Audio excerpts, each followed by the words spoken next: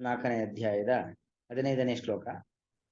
ಏವಂ ಜ್ಞಾತ್ವಾ ಕೃತಂ ಕರ್ಮ ಪೂರ್ವೈರಪಿ ಮುಮುಕ್ಷುಭಿಃ ಕುರು ಕರ್ಮೈವ ತಸ್ಮಾತ್ ತ್ವಂ ಪೂರ್ವೈ ಪೂರ್ವತರಂ ಕೃತಂ. ಏವಂ ಜ್ಞಾತ್ವಾ ಕೃತಂ ಕರ್ಮ ಪೂರ್ವೈಃ ಅಪಿ ಮುಮುಕ್ಷುಭಿಃ ಕುರು ಕರ್ಮ ಏವ. ಕರ್ಮ ಏವ ಅಂತ ಬಿಡಿಸ್ಕೊಳ್ಬೇಕು, ವೃದ್ಧಿ ಸಂಧಿ ಕರ್ಮೈವ ಅಂತ ಆಗಿದೆ. ಕುರು ಕರ್ಮ ಏವ ತಸ್ಮಾತ್ ತ್ವಂ ಪೂರ್ವೈಃ ಪೂರ್ವತರಂ ಕೃತಂ. ಏವಂ ಜ್ಞಾತ್ವಾ ಕರ್ಮ ಪೂರ್ವೈರಪಿ ಕೃತಂ ಅಂದ್ರೆ ಕರ್ಮ ನಮ್ಮ ನಮ್ಮ ಪಾಲಿನ ಕರ್ತವ್ಯಗಳು ಏನೇನು ನಮ್ಮ ಒಬ್ಬ ರಾಜ ಪ್ರಜಾ ಸಂರಕ್ಷಣೆ ಮಾಡತಕ್ಕಂಥದ್ದು, ಪ್ರಜಾ ಪರಿಪಾಲನೆ ಮಾಡುವಂಥದ್ದು, ರಾಜ್ಯ ಸಂರಕ್ಷಣೆ, ಕೋಶ ಸಂರಕ್ಷಣೆ, ಇದೆಲ್ಲ ಅವನ ಕರ್ತವ್ಯ.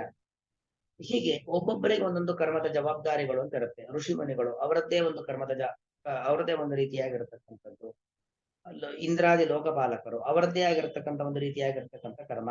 ರುದ್ರದೇವರು ಅವರದ್ದೇ ಆದ ಒಂದು ಕರ್ಮ. ಬ್ರಹ್ಮದೇವರು ಅವರದ್ದೇ ಆದ ಒಂದು ಕರ್ಮದ ಚೌಕಟ್ಟು. ಪ್ರತಿಯೊಬ್ಬರಿಗೂ ಕೂಡ ಒಂದೊಂದು ಕರ್ಮದ ಚೌಕಟ್ಟುಗಳು ಇರ್ತವೆ. ಒಂದೊಂದು ಕೆಲಸ ನಿರ್ವಹಣೆಯ ಜವಾಬ್ದಾರಿ ಅಂತ ಇರುತ್ತೆ.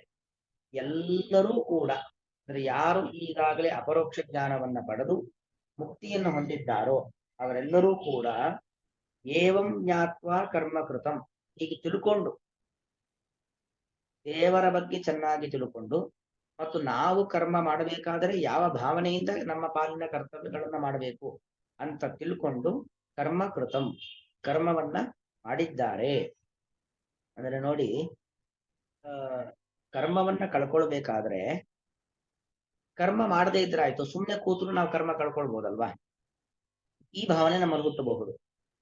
ಯಾಕಂದ್ರೆ ನಾನೇನೇ ಮಾಡ್ಲಿಕ್ಕೆ ಹೋದ್ರೂ ಕೂಡ ಅಲ್ಲಿ ತಪ್ಪುಗಳಾಗುವಂಥದ್ದು ಸಹಜವಾಗಿರುತ್ತೆ. ಅಥವಾ ಚೆನ್ನಾಗಿ ಆದ್ರೂ ಕೂಡ ಅದರಿಂದ ಪುಣ್ಯ ಪ್ರಾರಬ್ಧ ಹುಟ್ಟುತ್ತೆ. ಆ ಪುಣ್ಯ ಪ್ರಾರಬ್ಧವನ್ನ ಅನುಭವಿಸ್ಬೇಕಾದ್ರೂ ನಾ ಮತ್ತೆ ಹುಟ್ಟು ಬರಬೇಕು. ಮತ್ತೆ ನಾ ಪುಣ್ಯ ಪ್ರಾರಬ್ಧದಿಂದಾಗಿ ನಾನು ಸುಖವನ್ನ, ಸಮೃದ್ಧಿಯನ್ನ, ಸಂಪತ್ತನ್ನ ಇದೆಲ್ಲ ಅನುಭವಿಸ್ಬೇಕು. ಯಾವುದು ಬೇಡ ಬೇಡ, ಏನೂ ಮಾಡದೆ ಸುಮ್ಮನೆ ಕೂತ್ಬಿಟ್ರೆ ಆಯ್ತಲ್ವಾ. ನಿಷ್ಕಾಮನ ಅಂದ್ರೆ ನಿಷ್ಕರ್ಮ, ಏನೂ ಮಾಡದೆ ಸುಮ್ಮನೆ ಕೂರೋದ್ರಿಂದಲೂ ಕೂಡ ಕರ್ಮವನ್ನ ಕಳೆದುಕೊಳ್ಳಬಹುದಲ್ವಾ ಅನ್ನೋ ಭಾವನೆ ಬರಬಹುದು. ಅಷ್ಟಲ್ಲದೆ ಹಿಂದೆ ಅರ್ಜುನನು ಕೂಡ ಹೇಳಿದ, ನಾನು ನಯೋತ್ಸೆ ಯುದ್ಧವನ್ನ ಮಾಡೋದಿಲ್ಲ, ಸುಮ್ಮನೆ ಕೂತ್ ಬಿಡ್ತೀನಿ ಅನ್ನೋ ಅಭಿಪ್ರಾಯಕ್ಕೆ ಬಂದ್ಬಿಡ್ತ. ನಯೋತ್ಸೆ ಇತಿ ಗೋವಿಂದಂ ಉಕ್ತ್ವಾ ತೂಷ್ಣೀಂ ಬಭೂವಃ. ನಾನು ಯುದ್ಧವನ್ನ ಮಾಡೋದಿಲ್ಲ. ಯುದ್ಧ ಮಾಡೋದಿಲ್ಲ ಅಂದ್ರೆ ಅರ್ಥ ಏನು? ಅವನು ಅವನ ಪಾಲಿನ ಕರ್ತವ್ಯವನ್ನ ಮಾಡೋದಿಲ್ಲ ಅಂತ ಕೈ ಚೆಲ್ಲಿಕೊಳ್ಳುತ್ತಿದ್ದಾನೆ. ಅಂದ್ರೆ ನಾವು ನಮ್ಮ ಪಾಲಿನ ಕರ್ತವ್ಯಗಳನ್ನ ಬಿಟ್ಟು ಸುಮ್ಮನೆ ಕೂರೋದ್ರಿಂದಲೂ ಕೂಡ ಕರ್ಮಗಳನ್ನ ಕಳೆದುಕೊಳ್ಳಿಕ್ಕೆ ಆಗತ್ತಲ್ವಾ ಅನ್ನೋ ಪ್ರಶ್ನೆ ಬಂದ್ರೆ, ಕೃಷ್ಣ ನಿಷ್ಕರ್ಮವನ್ನ ಯಾವತ್ತು ಅಂದ್ರೆ ಕರ್ಮ ಮಾಡದೆ ಸುಮ್ಮನೆ ಇರುವಂಥದ್ದು ಔದಾಸೀನ್ಯ, ಅದನ್ನ ಯಾವತ್ತೂ ಕೂಡ ಕೃಷ್ಣ ಒಪ್ಪೋದಿಲ್ಲ. ಕೃಷ್ಣ ಭಗವಂತ ನಮ್ಮನ್ನ ಭೂಮಿಗೆ ತಂದದ್ದೇ ನಮ್ಮ ಪಾಲಿನ ಜವಾಬ್ದಾರಿಗಳನ್ನ ನಿರ್ವಹಣೆ ಮಾಡ್ಲಿಕ್ಕೆ, ನಮ್ಮ ಕರ್ಮಗಳನ್ನ ಮಾಡ್ತಾ ಹೇಗೆ ಮುಳ್ಳಿಂದ ತೆಗಿಬೇಕು ಅಂತಾರಲ್ವಾ, ಹಾಗೆ ಕರ್ಮದ ಬಂಧವನ್ನ, ಕರ್ಮದ ಪಾಶವನ್ನ ಕರ್ಮ ಮಾಡುವ ಮೂಲಕವಾಗಿಯೇ ನಾವೇನ್ ಮಾಡ್ಕೊಳ್ಬೇಕಾಗತ್ತೆ, ಕಳ್ಕೊಳ್ಬೇಕಾಗತ್ತೆ. ಏನೂ ಮಾಡದೆ ಸುಮ್ಮನೆ ಕೂತ್ಕೊಂಡ್ರೆ ಕರ್ಮದ ಪಾಶ ಅದು ಬಿಡಿಸ್ಕೊಳ್ಲಿಕ್ಕೆ ಆಗೋದಿಲ್ಲ. ಯಾವುದೋ ಒಂದಷ್ಟು ದಾರದ ಅದು ಪೂರ್ತಿ ಗಂಟು ಸಿಕ್ಕಾಕೊಂಡ್ಬಿಟ್ಟಿದೆ, ಅದನ್ನ ಬಿಡಿಸ್ಬೇಕು ಅಂತಾದ್ರೆ ಸುಮ್ಮನೆ ಪಕ್ಕಕ್ಕೆ ಇಟ್ಕೋತ್ರೆ ಅದು ಬಿಡಿಸ್ಕೊಳ್ಲಿಕ್ಕಾಗತ್ತಾ? ಇಲ್ಲ. ಆ ಗಂಟುಗಳನ್ನು ಬಿಡಿಸ್ಬೇಕಾದ್ರೆ ನಾವು ಬುದ್ಧಿವಂತಿಕೆಯಿಂದಾಗಿ ನಿಧಾನವಾಗಿ ಒಂದೊಂದೇ ಎಳೆಯನ್ನು ಬಿಡಿಸ್ಕೊಂಡ್ರೆ ಏನಾಗತ್ತೆ, ಆ ಪೂರ್ತಿ ಹಗ್ಗದಲ್ಲಿ ಸಿಕ್ಕಾಕೊಂಡ ಗಂಟುಗಳೆಲ್ಲ ಕೂಡ ಬಿಡಿಸ್ಕೊಳ್ಲಿಕ್ಕಾಗತ್ತೆ. ಒಂದು ಜನವಾರ ಗಂಟಾದ್ರೆ ಬಿಡಿಸ್ಕೊಳ್ಲಿಕ್ಕೆ ನಿಧಾನವಾಗಿ ಅದನ್ನ ಎಳೆ ಬಿಡಿಸಿದ್ರೆ ಬಿಡಿಸ್ಕೊಳ್ಲಿಕ್ಕಾಗತ್ತೆ. ಸುಮ್ಮನೆ ತೆಗೆದು ಪಕ್ಕಕ್ಕೆ ಇಟ್ಬಿಟ್ರೆ ಅದು ಹಾಗೆ ಗಂಟಾಗೇ ಇರುತ್ತೆ. ಅದೇ ರೀತಿಯಲ್ಲಿ ನಮ್ಮ ಕರ್ಮದ ಬಂಧನಗಳು ಅದು ನಾವು ಅದರಿಂದ ಬಿಡಿಸ್ಕೊಳ್ಬೇಕು. ನಾವು ಒಂದೊಂದೇ ಕರ್ಮ ಪಾಶದಿಂದ ಹೊರಬರಬೇಕು ಅಂತಾದ್ರೆ ಕರ್ಮ ಮಾಡಲೇಬೇಕು. ನಿಷ್ಕರ್ಮದಿಂದಾಗಿ ಕರ್ಮದ ಬಂಧ ಬಿಡುಗಡೆ ಅಂತ ಇಲ್ವೇ ಇಲ್ಲ. ಏನೂ ಮಾಡದೆ ಸುಮ್ಮನೆ ಕೂತ್ಕೂಡ್ಲೆ ನಾವು ನಮ್ಮ ಪಾಲಿನ ಕರ್ಮದ ಬಂಧನದಿಂದ ಬಿಡುಗಡೆಯನ್ನು ಹೊಂದಲಿಕ್ಕೆ ಆಗೋದಿಲ್ಲ. ಕರ್ಮವನ್ನ ಮಾಡ್ತಾ ಅಂದ್ರೆ ಕರ್ಮ ಹೇಗ್ ಮಾಡಬೇಕು? ಫಲಾಪೇಕ್ಷೆ ಇಲ್ಲದೇನೆ ಕರ್ಮವನ್ನ ಮಾಡ್ತಾ ನಮ್ಮ ಕರ್ಮದ ಬಂಧನವನ್ನು ಬಿಡಿಸ್ಕೊಳ್ಬೇಕು. ಇದೇ ತರ ಮುಮುಕ್ಷುಭಿಃ ಪೂರ್ವೈರಪಿ ಏವಂ ಕರ್ಮ ಕೃತಂ ಏವಂ ಜ್ಞಾತ್ವಾ ಕರ್ಮ ಕೃತಂ. ಮುಮುಕ್ಷುಗಳು, ಮುಕ್ತಿಯನ್ನ ಬಯಸ್ತಕ್ಕಂಥ ಅನೇಕರು ಜನಕಾದಿ ಮಹಾರಾಜರಿದ್ದಾರೆ, ಅನೇಕ ಋಷಿಮುನಿಗಳಿದ್ದಾರೆ. ಅವರೆಲ್ಲರೂ ಕೂಡ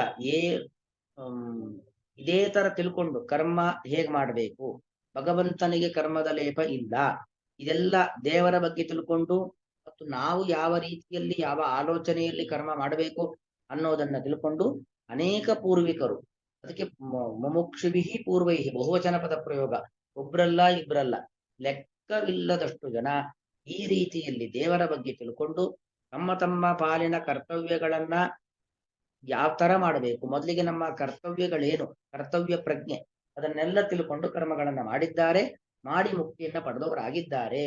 ಹಾಗಾಗಿ ತಸ್ಮಾತ್, ಆದ್ದರಿಂದ ನೀನು ಕೂಡ ಕರ್ಮ ಏವ ಕುರು, ನೋಡಿ ಕರ್ಮ ಏವ ಕುರು, ಕೆಲಸವನ್ನ ಮಾತ್ರ ಮಾಡು, ನಿನ್ನ ಪಾಲಿನ ಜವಾಬ್ದಾರಿಯನ್ನ ನಿರ್ವಹಣೆಯನ್ನ ಮಾತ್ರ ಮಾಡು.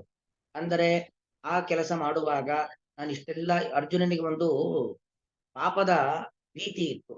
ಪಾಪಮೇವ ಆಶ್ರಯೇದಸ್ಮಾನ್ ಅತ್ವೈತಾನ್ ಆತತಾಯಿನಃ, ಮೊನ್ನೆ ಅಧ್ಯಾಯದಲ್ಲಿ ಮಾತಾಡಿದ್ದ, ನನ್ನ ಗುರುಗಳನ್ನ ನನ್ನ ಬಂಧು ಬಾಂಧವರನ್ನ ಕೊಲ್ಲೋದರಿಂದ ನಮಗೆ ಪಾಪವೇ ಬರುತ್ತೆ. ಖಂಡಿತ ಪಾಪ ಬರೋದಿಲ್ಲ. ಕರ್ಮ ಏವ ಕುರು, ನೀನು ನಿನ್ನ ಪಾಲಿನ ಕರ್ತವ್ಯವನ್ನ ಮಾತ್ರ ಮಾಡು. ನಿನ್ನ ಪಾಲಿನ ಕರ್ತವ್ಯವೇನು? ಕ್ಷತ್ರಿಯನಾಗಿ ಯಾರು ಸಮಾಜ ದ್ರೋಹಿಗಳು ಅಂತ ಇರ್ತಾರೋ, ಅನ್ಯಾಯವನ್ನ ಮಾಡ್ತಾರೋ, ಅನ್ಯಾಯವನ್ನ ಮಾಡುವವರ ಪರವಾಗಿ ನಿಲ್ತಾರೋ ಅವರನ್ನ ದಂಡಿಸುವಂಥದ್ದು ಕ್ಷತ್ರಿಯನ ಕೆಲಸ. ದುರ್ಯೋಧನ, ದುಶ್ಯಾಸನ ಇವರೆಲ್ಲ ಅನ್ಯಾಯ ಮಾಡಿದವರು. ಭೀಷ್ಮಾಚಾರ್ಯರು, ದ್ರೋಣಾಚಾರ್ಯರು ಅನ್ಯಾಯ ಮಾಡದೆ ಹೋದರೂ ಕೂಡ ಅನ್ಯಾಯ ಮಾಡುವವರ ಪರವಾಗಿ ನಿಂತವರು. ಅವರನ್ನ ದಂಡಿಸುವಂಥದ್ದು ನಿನ್ನ ಕೆಲಸ. ಪಾಪ ಬರುತ್ತೆ, ನೀನು ಹೆದರಬೇಡ. ಯಾಕಂದ್ರೆ ನೀನು ನಿನ್ನ ಕರ್ತವ್ಯವನ್ನ ಮಾಡ್ತಾ ಇದ್ಯಾ. ಹೌದು, ನಿನಗೆ ಗುರುಗಳೇ ಅವರು, ನಿನ್ನ ಅಜ್ಜನೇ ಅವನು. ಆದರೂ ಕೂಡ ಅವರು ಇವತ್ತೇನು ಮಾಡ್ತಾ ಇದ್ದಾರೆ? ನ್ಯಾಯ ಮಾರ್ಗವನ್ನ ಮರೆತು ಅನ್ಯಾಯ ಮಾರ್ಗವ ಹಿಡಿದವನ ಜೊತೆಗೆ ನಿಂತಿದ್ದಾರೆ. ತಪ್ಪು ಮಾಡೋದು ಎಷ್ಟು ದೊಡ್ಡ ಅಪರಾಧವೋ, ತಪ್ಪು ಮಾಡುವವನ ಜೊತೆಯಲ್ಲಿ ನಿಲ್ಲೋದು, ತಪ್ಪು ಮಾಡುವ ವ್ಯಕ್ತಿಯನ್ನ ಸಂರಕ್ಷಣೆ ಮಾಡುವಂಥದ್ದು ಕೂಡ ಅಷ್ಟೇ ದೊಡ್ಡ ಅಪರಾಧ. ದುರ್ಯೋಧನ ತಪ್ಪು ಮಾಡಿದ್ದಾನೆ, ಅದು ದೊಡ್ಡ ಅಪರಾಧ, ಅದಕ್ಕೆ ಶಿಕ್ಷೆ ಇದ್ದೇ ಇದೆ. ಆ ಅಪರಾಧ ಮಾಡಿದ ದುರ್ಯೋಧನನ ಜೊತೆಯಲ್ಲಿ ನಿಂತಿದ್ದಾರಲ್ಲ ದ್ರೋಣಾಚಾರ್ಯರು, ಭೀಷ್ಮಾಚಾರ್ಯರು, ಅದು ಕೂಡ ಅಪರಾಧವೇ. ಅವರ ಜೊತೆಯಲ್ಲಿ ನಿಂತು ಅವನ ಪರವಾಗಿ ನಿಂತು ಹೋರಾಟ ಮಾಡ್ಲಿಕ್ಕೆ ನಿಂತಿದ್ದಾರಲ್ಲ, ಅದು ಕೂಡ ತಪ್ಪೆ. ಹಾಗಾಗಿ ಕರ್ಮ ಏವ ಕುರು, ನೀನು ನಿನ್ನ ಪಾಲಿನ ಕರ್ತವ್ಯವನ್ನ ಬಿಡು ಮಾಡು. ಅದರಿಂದ ಪುಣ್ಯ ಬರುತ್ತೋ ಪಾಪ ಬರುತ್ತೋ ಅದೆಲ್ಲ ದೇವರಿಗೆ ಬಿಟ್ಬಿಡು. ಹೇಳ್ತಾರಲ್ಲ, ದೇವರ ಮೇಲೆ ಭಾರ ಹಾಕಿ ನಾನು ಕೆಲಸ ಮಾಡ್ತೇನೆ ಅಂತ. ಹಾಗೆ ದೇವರ ಮೇಲೆ ಭಾರ ಹಾಕಿ ಕೆಲಸ ಮಾಡೋದು ಅಂದ್ರೆ ಹಾಗೆ. ಪುಣ್ಯ ಪಾಪ, ಇವತ್ತು ಜೈಲಿನಲ್ಲಿ ಯಾರೋ ಒಬ್ಬ ನೇಣಿಗೆ ಏರಿಸುವ ಕೆಲಸವನ್ನ ಮಾಡ್ಕೊಂಡಿದ್ದಾನೆ. ಅವನಿಗೆ ಅದೇ ಜೀವನ. ನಾನು ದಿನಕ್ಕೆ ಎಷ್ಟು ಜನರನ್ನ ನೇಣಿಗೆ ಏರಿಸ್ತೇನೆ, ನನಗೆ ಪಾಪ ಬರುತ್ತೆ ಅಂದ್ರೆ ಖಂಡಿತ ಪಾಪ ಬರೋದಿಲ್ಲ. ಅವನ ಕರ್ತವ್ಯನೇ ಅದು, ನೇಣಿಗೇರಿಸಲು, ಅಪರಾಧಿಗಳನ್ನ ಗಲ್ಲಿಗೇರಿಸುವಂಥದ್ದೇ ಅವನ ಕರ್ತವ್ಯ. ಅವನಿಗೆ ಯಾವುದೇ ರೀತಿಯಾದ ಪಾಪ ಬರೋದಿಲ್ಲ. ನ್ಯಾಯಾಧೀಶರು ಎಷ್ಟೋ ಜನರಿಗೆ ಜೀವಾವಧಿ ಶಿಕ್ಷೆ ಕೊಡ್ತಾರೆ, ಎಷ್ಟೋ ಜನರಿಗೆ ಗಲ್ಲಿಗೇರಿಸ್ತಕ್ಕಂಥ ಶಿಕ್ಷೆಯನ್ನ ಕೊಡ್ತಾರೆ. ಸೈನಿಕರು ಎಷ್ಟೋ ಜನ ಭಯೋತ್ಪಾದಕರನ್ನ ಕೊಲ್ತಾರೆ, ಕೊಲೆ ಮಾಡಿದ್ರು ಅಂತ ಪಾಪ ಬರುತ್ತಾ? ಖಂಡಿತವಾಗಿ ಪಾಪ ಬರೋದಿಲ್ಲ. ಯಾಕೆ? ಅವರು ಅವರ ಪಾಲಿನ ಕರ್ತವ್ಯಗಳನ್ನ ಮಾಡ್ತಾ ಇದ್ದಾರೆ. ಹಾಗೆ ನಮಗೆಲ್ಲರಿಗೂ ಕೃಷ್ಣ ಕೊಡ್ತಕ್ಕಂಥದ್ದು ಒಂದು ಸಂದೇಶ, ಕರ್ಮ ಏವ ಕುರು, ನೀವುಗಳು ನಿಮ್ಮ ನಿಮ್ಮ ಪಾಲಿನ ಕರ್ತವ್ಯಗಳನ್ನ ಮಾತ್ರ ಮಾಡಿ. ಕೆಲವೊಮ್ಮೆ ನಾವು ನಮ್ಮ ಪಾಲಿನ ಕರ್ತವ್ಯಗಳನ್ನ ಮಾಡುವಾಗ ಅದರಲ್ಲಿ ಪಾಪ ಬರುವಂಥದ್ದು ಇರಬಹುದು. ಅಂದ್ರೆ ತಪ್ಪು ಅಂತ ನಮಗೆ ಅನಿಸಿರಬಹುದು. ಉದಾಹರಣೆಗೆ ಅಡಿಗೆ ಮಾಡ್ತಕ್ಕಂತ ವ್ಯಕ್ತಿಗಳು ಅಡಿಗೆ ಮಾಡುವಾಗ ಆ ತರಕಾರಿ, ಸೊಪ್ಪು, ಹಣ್ಣು ಇತ್ಯಾದಿಗಳನ್ನೆಲ್ಲ ಕ್ಲೀನ್ ಮಾಡಿ ಬಳಸ್ಬೇಕಾಗತ್ತೆ. ಆ ಕ್ಲೀನ್ ಮಾಡುವಂತ ಹಂತಗಳಲ್ಲಿ ಎಷ್ಟೋ ಹುಳಗಳನ್ನ ಸಾಯಿಸ್ಬೇಕಾಗತ್ತೆ. ಅಯ್ಯೋ, ಹುಳಗಳನ್ನ ಕೊಂದುಬಿಟ್ನಲ್ಲ, ನನಗೆ ಪಾಪ ಬರುತ್ತಾ? ಆ ರೀತಿಯಾಗಿರ್ತಕ್ಕಂಥ ಆಲೋಚನೆಗಳನ್ನ ನಾವು ಮಾಡಬಾರ್ದು. ಯಾಕೆ? ನಾವು ನಮ್ಮ ಕರ್ತವ್ಯ ಏನು? ಅಡಿಗೆ ಮಾಡ್ತಾ ಇದ್ದೇನೆ ಅಂದ್ರೆ ಶುದ್ಧವಾಗಿ ಅಡಿಗೆ ಮಾಡುವಂಥದ್ದು ನನ್ನ ಕೆಲಸ. ಶುದ್ಧವಾಗಿ ಅಡಿಗೆ ಮಾಡಬೇಕು ಅಂದ್ರೆ ಅಲ್ಲಿದ್ದ ಮಾಲಿನ್ಯವನ್ನ ತೆಗಿಲೇಬೇಕು. ಹೀಗೆ ಪ್ರತಿಯೊಂದರಲ್ಲೂ ಅಷ್ಟೇ ನಾವು ನಮ್ಮ ಕರ್ತವ್ಯದ ಕಡೆ, ನಮ್ಮ ಪಾಲಿನ ಜವಾಬ್ದಾರಿ ಏನು ಅದರ ಕಡೆ ಮಾತ್ರ ನಾವು ನಮ್ಮನ್ನ ಕೇಂದ್ರೀಕರಿಸಿಕೊಂಡು ಮುನ್ನುಗ್ಗಬೇಕೇ ಹೊರತಾಗಿ ಬೇರೆದರ ಬಗ್ಗೆ ಆಲೋಚನೆ ಮಾಡಬಾರದು. ಹಾಗಾಗಿ ಪೂರ್ವತರಂ ಕೃತಂ, ಪೂರ್ವಿಕರು ಏನೆಲ್ಲ ಹೇಗೆ ಮಾಡಿದ್ದಾರೋ, ಯಾವ ತರ ನಿಷ್ಕಾಮ ಭಾವನೆಯಿಂದ ಯಾವುದೇ ರೀತಿಯಾದ ಫಲಾಪೇಕ್ಷೆಯಲ್ಲಿ ಕರ್ಮವನ್ನು ಮಾಡಿದ್ದಾರೋ ಅದೇ ರೀತಿಯಂತೆ ನೀನು ಕೂಡ ಕರ್ಮಗಳನ್ನ ಮಾಡು ಎಂಬುದಾಗಿ ಸಂದೇಶವನ್ನು ಕೊಡ್ತಾ ಇದ್ದಾನೆ.